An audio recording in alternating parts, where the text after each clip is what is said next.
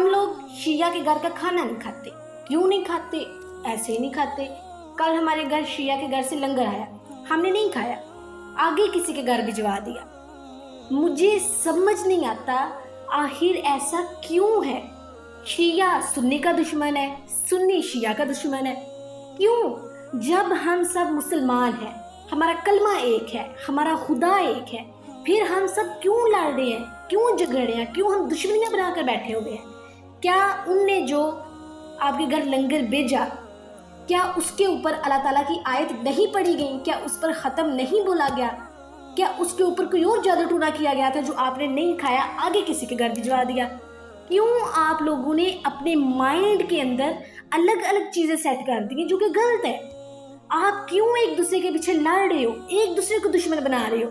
TikTok पर वही दोबारा बात आ जाती है। जब हम टिकटॉक ओपन कर रहे हैं आज के दिनों में, कोई नोहा आ रहा है, किसी ने नोहा पोस्ट किया हुआ है, कोई किसी के खिलाफ बोल रहा है, कोई किसी के खिलाफ बोल रहा है। यानी आप एक दूसरे के खिलाफ क्यों बोल रहे हो?